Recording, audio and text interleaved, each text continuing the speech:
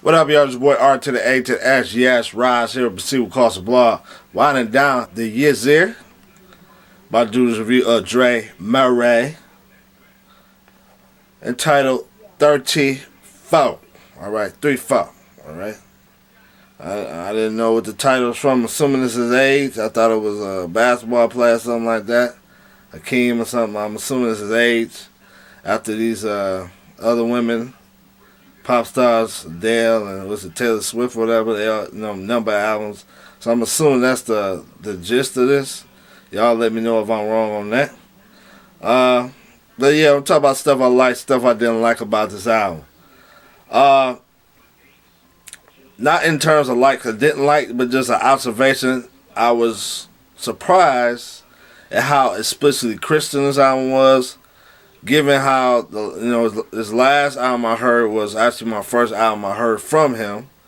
So that album was kind of cryptic, and the faith wasn't explicit, and so I was surprised by all the cultural, not cultural, but all the Christian references and things of that sort. So that was interesting. I thought he was more the other side when it comes to Collision Records, and Swoop would be more the explicit dude. But this one, he was explicit on here, explicitly Christian. So found that interesting observation. Again, I don't get into all the debates, but I just thought that was interesting.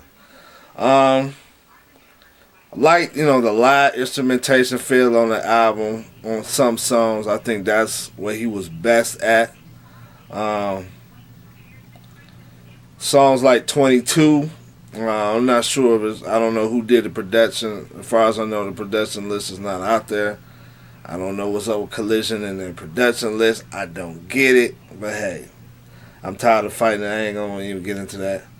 But it's it has like a 42 North feel. I don't know if it's them, but catchy hook. The slow up, the slow down, that was real catchy. I like his delivery, his flow on there. Another song I liked was American Death Triangle. This really got back to the dark feel of his last album. Some good storytelling. Kind of cryptic. I'm still trying to figure out the meaning of the song. But yeah, this is probably one of my favorite songs. Play Me at Your Wedding.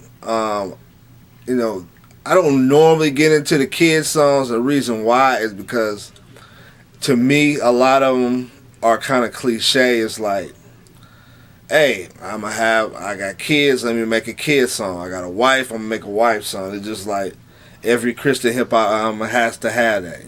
Just like the world has certain subject matter got to be included. Now the trend in Christian hip-hop is I got to talk about my kids, got to talk about my wife. But on this one, I thought, it's kind of a little bit different. Play Me at Your Wedding, a little bit different angle. I like the weird sounds on here. So it's a different approach. 1981. This definitely, the beat has sort of this Houston Scarface feel to it. So it's a very good introduction to the album. Now, get into the stuff I didn't like. I'm not going song by song, but stuff I didn't like. He tries to balance this real hip hop, and of course I'm not. When I say real hip hop, I'm not talking about New York, but I'm saying hip hop in a southern way. He tried to balance this real hip hop with the commercial stuff, and to me, his problem is the people, whether it's him or the people who get singers to do the hooks, they're just not that good. It's not a lot of catchy hooks when he does the commercial stuff. The singers are not that catchy. When you do commercial stuff, it has to be stuff that sticks in your head. That's the Drake formula. Drake has, whether you like him or not, the dude knows how to make catchy hooks, makes hits. And I hear a lot of commercial stuff on this album, whether it's the auto-tunes or the stacking of vocals or whatever. Not anything that's memorable. Like his rap would be fine, the beat would be fine, but then when you hear the hook, it's not something that's going to stick in your head. Like I talked about earlier, slow up, slow down, that's stuck in my head. But it's not a lot of stuff that sticks in my head. Turn It, perfect example. I think the beat is a good beat. The rap is cool, but then when you get to the hook, it's just not catchy. DWB, another example, not catchy to me. I mean, the beat is dope, but just not catchy. And there's a lot of hooks on here with the singers and stuff. They're just not catchy on here. So I mean, that is the main problem with this album.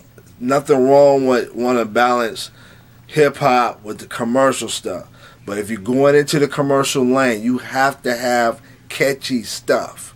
And it's, again, for me, when I hear the auto tunes or I hear the stacking of vocals and it's not catchy, why listen to it? You know what I'm saying? If you're going into that lane, you got to know the formula that they use. And in that case, it's catchy hooks, and it's not on there. So overall, I mean, there are definitely some cuts on here that I feel, but the hooks on here definitely hurt the album. Not a lot of good singers. I'm not saying it's anomaly, Lecrae's anomaly bad in terms of singers, but it's not that good. It's not. So that's my thoughts on this album. Love to hear yours. Proceed with Carson Blog, Kobe Sutz. I got a couple more views for the years over with. Kobe Sutz, and I'm out.